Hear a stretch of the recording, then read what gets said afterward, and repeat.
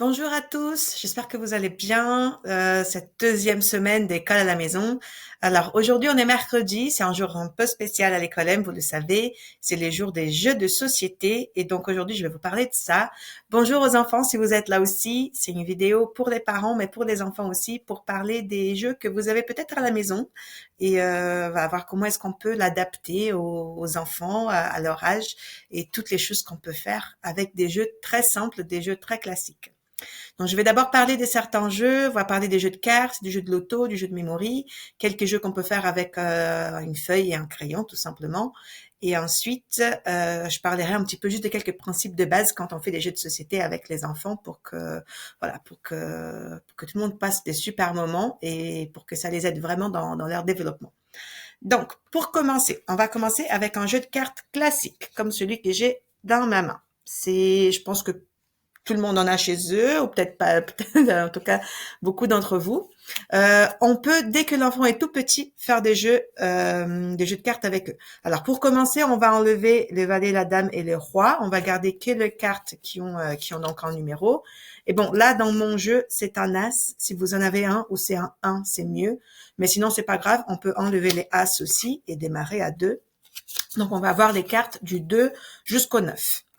La première chose que les enfants adorent faire dès 2 ans, 3 ans, c'est tout simplement trier les cartes, trier par couleur. Et ensuite, on peut commencer à les mettre dans l'ordre, créer comme une bande numérique avec eux, 2, 3, 4, 5 par couleur.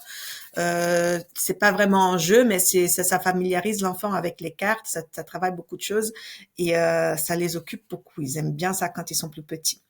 Ensuite, ce qu'on peut faire, un jeu très sympa avec les plus jeunes justement, c'est et même avec les plus grands en fait, ils adorent. On prend ces cartes là avec les numéros et on va les retourner. On fait un tas et on va les retourner une par une en disant 1, 2, 3, 4. Et quand la carte que je retourne correspond au numéro, par exemple si je retourne celle-ci et je dis 9, c'est effectivement un 9. Hop, l'enfant doit taper sur la carte. Euh, Au début, on n'a même pas besoin de dire qui gagne, qui perd. Juste le fait de concentrer son attention, de travailler ce qu'on appelle son contrôle inhibiteur pour ne pas taper sur la carte si c'est pas la bonne. Tout cela, ça déploie tellement d'énergie chez l'enfant. Il est juste content de faire ça comme ça et d'y arriver. Plus tard, on peut faire des jeux où, avec 2 enfants, celui qui tape récupère le tas et à la fin, on voit qui a le plus de cartes. Dans tous les jeux où à la fin, on doit compter et voir qui en a le plus, c'est super de laisser l'enfant compter, l'aider à compter ses cartes, à les poser 1, 2, 3, compter avec lui au début, comparer les quantités. Tout ce qu'on a fait en mathématiques cette semaine, finalement, c'est ça, c'est comparer des quantités et les jeux sont excellents pour ça. Euh, Plus tard, pour les un peu plus grands, justement, quand ils arrivent à comparer les quantités, on peut faire des jeux de bataille avec les jeux de cartes normales. On peut au début mettre que les cartes du 1 au 6, par exemple, pour que ce soit plus facile. Plus tard, on peut aller jusqu'au bout et même avec les plus grands, ceux des grandes sections, on peut ajouter le valet, la dame et le roi en leur expliquant celui-ci il vaut 11, celui-ci il vaut 12, celui-ci il vaut 13. Et ils peuvent faire des jeux de bataille. Donc on partage les cartes à 2. Et là encore une fois, laissez votre enfant distribuer les cartes, une pour toi, une pour moi, une pour toi, une pour moi. Et ils adorent faire ça et ça va commencer à travailler la division chez eux. Et ça travaille aussi l'alternance. C'est un mouvement rythmique. Voilà, distribuer les cartes, ça peut avoir l'air simple, mais ça ne l'est pas. Et ensuite, donc tout simplement, voilà, on retourne les 2 cartes. C'est qui a la plus grande? C'est moi. Et ben, je prends les 2 cartes. Et quand les 2 tas sont terminés, on compte pour voir qui en a le plus. C'est un super jeu pour faire avec son enfant et pour apprendre aux fratries, parce que comme ce n'est pas un jeu de stratégie, les plus grands ne vont pas forcément gagner à chaque fois. Donc voilà, c'est un jeu qui amuse beaucoup les enfants et qui marche même s'ils ont des âges très différents. Donc n'hésitez pas. Et puis une fois bien sûr que l'enfant sait tenir ses cartes, une fois qu'il apprend, alors ça c'est un peu plus tard, en grande section c'est encore un peu difficile, mais pour les plus grands, il y a des tas des jeux que vous pouvez faire. N'hésitez pas à regarder, je peux mettre un petit lien sur internet avec des petits jeux qu'on peut faire avec des cartes classiques. Ensuite, je passe au jeu des lotos ou des bingo, comme on dit en anglais.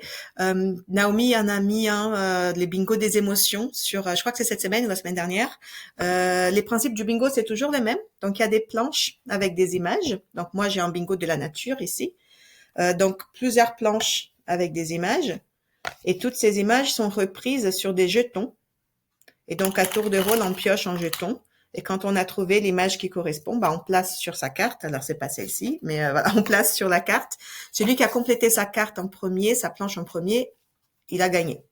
C'est un jeu très simple aussi, mais on peut l'utiliser. Déjà, les enfants aiment beaucoup et on peut vraiment l'utiliser de plusieurs façons. Déjà, ce que je faisais beaucoup à l'école et on peut faire à la maison aussi, c'est mettre les planches d'un côté de la maison et toutes les pièces de l'autre. Là, les enfants, ils ont besoin de bouger en ce moment. Donc, n'hésitez pas, ils doivent faire des allers-retours, venir chercher une pièce et aller la poser de l'autre côté sur sa planche. Ça fait un petit jeu de motricité. Ensuite, les enfants adorent piocher les pièces et être celui qui mène le jeu. Et là, vous allez travailler beaucoup sur le vocabulaire. Donc, souvent dans les jeux de mémoire, dans les jeux de l'auto, il y a une thématique. Ça peut être les animaux. Ici, c'est la nature. Et honnêtement, il y a des mots que moi, je suis allée voir parce que je ne les connaissais pas. Donc, voilà, quand on a un petit jeu de l'auto avec des images un peu différentes, c'est très sympa aussi de travailler ça avec eux. C'est aussi un jeu qu'on peut faire avec des fratries, qu'on peut faire avec des âges différents, parce qu'encore une fois, il n'y a pas vraiment de stratégie. Je vais vous mettre dans les liens plein de jeux de loto que vous pouvez imprimer pour chez vous si vous le souhaitez. Mais n'hésitez pas à en fabriquer avec votre enfant. Choisissez avec lui un thème qui lui plaît, par exemple les animaux, et vous prenez une feuille de papier, vous divisez, vous faites 6 cases et on dessine ou on écrit, mais on peut dessiner même si c'est pas parfait, peu importe. Les enfants sont juste très contents. Dessiner des animaux, ça travaille aussi beaucoup justement l'imagination et puis chercher, même si on doit faire 2 planches avec 6 ou 3 planches avec 6 animaux, ça veut dire qu'il faut en trouver 12, il faut en trouver 18. C'est un très très bon exercice pour travailler leur vocabulaire. Et on n'oublie pas tout ce qui est loto avec des numéros. Donc, on peut aussi imprimer des planches. Je mettrai des liens, des planches avec des numéros. Ça peut aller jusqu'à 10 pour les plus jeunes, jusqu'à 20, 30, même les lotos jusqu'à 100 pour les plus grands. Et alors là, soit il y a des petites applications pour lancer des dés où on peut dire, moi je veux un dé jusqu'à 100, un dé jusqu'à 20. Je vous les laisserai dans les liens aussi. Ou si vous faites ça jusqu'à 6, jusqu'à 12, jusqu'à 18, et ben vous lancez un dé, 2 dés, 3 dés. Vous faites l'addition avec votre enfant et on coche les cases. Donc voici pour les lotos. Ensuite, les jeux de mémoire. Alors, les jeux de mémoire, c'est, je crois, mes jeux préférés à faire avec les enfants, parce que c'est très, on peut commencer très très jeune. Donc les jeux de mémoire, ce sont des cartes qui sont toutes identiques d'un côté, bien sûr, et de l'autre côté, souvent il y a un thème. Là, celui que j'ai, ce sont des animaux, et donc il y a des paires qui vont ensemble. Voilà, pour chaque carte, pour chaque animal, il y a une paire qui est identique. Quand on commence, on peut commencer dès 2-3 ans, vraiment très jeune. Moi, avec mes filles, je commençais avec que 2 paires, donc 4 cartes, parce qu'au tout début, il faut juste qu'elles comprennent les règles du jeu. Donc, on va poser 4 cartes. Là, je vais les poser sur ma main. On va voir si j'arrive à vous montrer. Hop. Bon, en tout cas, on pose 4 cartes. Et l'idée, c'est juste de lui dire de retourner une carte, la reposer au même endroit et d'en retourner une autre et le reposer au même endroit. Rien que ça, c'est un apprentissage pour l'enfant. Et de demander, est-ce qu'elles sont pareilles? Oui, d'accord, tu peux les garder. Est-ce que c'est la même carte? Non. Alors, il faut les retourner et les laisser. Une fois que ça c'est acquis, on augmente bien sûr le nombre des cartes, le nombre de paires. Pour les plus grands, en grande section, on peut aller jusqu'à 10, 15, 20 paires si on a le temps. Et c'est super. C'est un jeu qui travaille beaucoup l'attention et qui travaille aussi beaucoup l'attention à l'autre. C'est ça qui est intéressant. Il ne suffit pas de faire attention à ce que moi je fais. Si je fais pas attention au jeu de mon partenaire, je vais pas gagner parce qu'il faut que je regarde où sont ses cartes à lui aussi ou les cartes que lui il retourne. Si vous avez des jeux de mémoire chez vous, c'est super. On peut aussi en fabriquer en découpant des bouts de papier et en faisant des dessins. Moi, j'ai à l'école un jeu de mémoire que j'ai fait avec des couleurs, donc avec de la peinture tout simplement. J'ai pris des ronds en bois que j'avais, mais non, des chutes de carton, ça peut aller très bien. Et on a peint des couleurs différentes, donc c'est un jeu de mémoire avec les couleurs. Donc, n'hésitez pas à en fabriquer.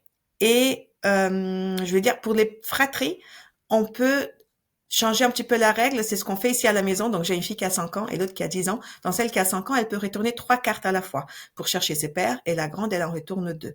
Ça permet d'équilibrer un peu les jeux et de laisser jouer des fratries. Chacun joue vraiment avec tout son niveau. Et d'ailleurs, profitez parce que, alors j'ai cherché, mais je ne me souviens plus, est-ce que je l'avais lu, que les enfants vers 9-10 ans dépassent leurs parents en jeu de mémoire. Et puis c'est vrai, hier j'ai vraiment perdu ma fille de 10 ans sur un jeu de mémoire. Donc faites-en, faut s'entraîner. Peut-être que je m'entraîne pas assez. Mais en tout cas, profitez, les jeux de mémoire, c'est super. Ah, et je voulais vous montrer, il y a des jeux de mémoire aussi qui sont sympas à faire, où les cartes ne sont pas identiques, mais ce sont des paires. Celui-ci, par exemple, donc j'ai les papillons, et ensuite c'est les fleurs, c'est ce que mange le papillon. L'hirondelle avec les libellules. Voilà, l'ours et le miel. Ces jeux-là sont intéressants parce que l'enfant va pas juste chercher ce qui est identique, mais il va devoir faire des associations.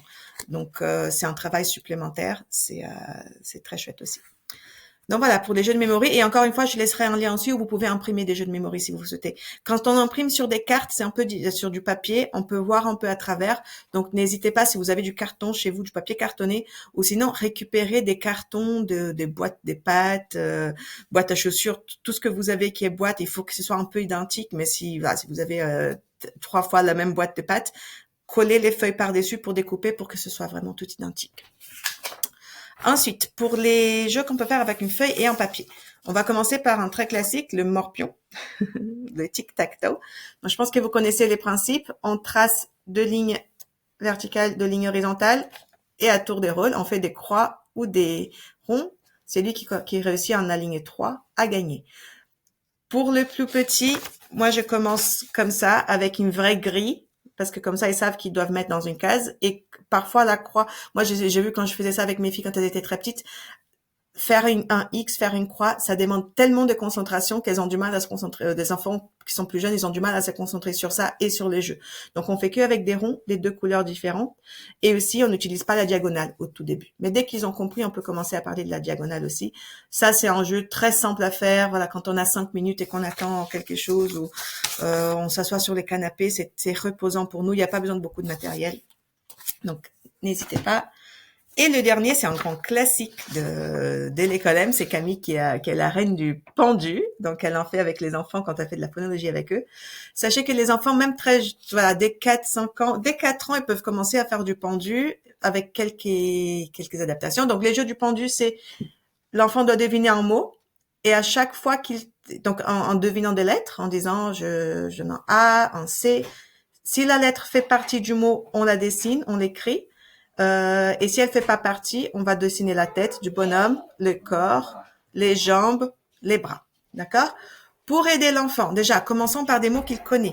Tous les prénoms de la famille, les prénoms de ses copains, et ensuite des mots très simples qu'on va dire à l'enfant. On peut lui dire, par exemple, là, on va essayer lapin. Donc, je vais essayer de deviner les lettres de lapin. On va essayer lavabo, on va essayer canari, si possible, de mots où chaque lettre correspond à un son. Et pour l'aider un peu plus, on peut noter toutes les lettres de l'alphabet, ça on peut faire avec lui, et on coche au fur et à mesure qu'il devine les lettres. Donc voilà pour les jeux du pendu. Et j'en ai un tout dernier qui est là, que vous avez peut-être chez vous aussi, qui est les jeux tout simplement du domino classique. Avec les plus petits, on peut juste s'amuser à faire des chemins avec, à les aligner. Et puis ensuite, on essaye de les aligner en faisant correspondre, hop, je vais y arriver. Par exemple, là, il y en a 6. Donc là, on va le coller avec le 6. Et donc, on va chercher un autre qui a un 1 et on va essayer de faire un chemin complet en les accrochant vraiment par des moitiés qui sont identiques. Et puis, avec les plus grands, vous pouvez leur expliquer les règles classiques du domino. Ils adorent. Donc voilà, des idées de jeux. J'espère que vous en avez trouvé que vous pourrez faire chez vous. Pourquoi est-ce qu'on fait des jeux? Pourquoi est-ce qu'on fait des jeux à l'école M et pourquoi est-ce qu'on fait à la maison? Déjà pour s'amuser, c'est le plus important, pour passer des bons moments ensemble. C'est essentiel. On est tous de relation, on dit. Donc il faut surtout en ce moment où on voit pas beaucoup de monde, trouver des façons d'entrer en relation de façon très très joyeuse avec son enfant. Ensuite, ça leur apprend beaucoup, beaucoup de choses. Ça leur apprend à être patient, à attendre son tour, par exemple. Ça leur apprend à être attentif au jeu, mais aussi attentif aux autres, comme on disait. Ça leur apprend la frustration aussi. Donc, voilà, les parties des jeux de société, parfois, ne se terminent pas dans la sérénité. L'enfant doit accepter que parfois, il va perdre. C'est un apprentissage. Pour qu'ils fassent cet apprentissage, c'est important de ne pas les laisser gagner à chaque fois. Adaptons les règles du jeu pour qu'ils puissent vraiment jouer. Mais voilà, il faut qu'il accepte que parfois il ne va pas gagner, parfois vous allez gagner, parfois ça va être lui. Et c'est ce tour de rôle aussi dans qui est-ce qui gagne qui est intéressant pour l'enfant. Et petit conseil aussi, quand les fratries gagnent, essayez de vraiment adapter les règles du jeu ou de proposer des jeux où il n'y a pas vraiment de stratégie, comme je disais, ou des jeux de collaboration. Il y a beaucoup de jeux de collaboration aujourd'hui qu'on peut faire où tout le monde travaille ensemble. Mais ne demandez pas à un grand frère d'essayer de laisser gagner le petit, à moins qu'il soit vraiment très grand. Mais un enfant de 4, 5, 6 ans, c'est très difficile, c'est très frustrant pour lui s'il ne peut pas jouer voilà, avec tout son potentiel. Ça va être difficile. Accepter les règles d'un jeu, c'est important. Donc voilà, ne laissez pas tricher votre enfant. Accepter les règles du jeu, c'est le premier pas vers accepter ensuite voilà les règles de la vie, les règles de l'école.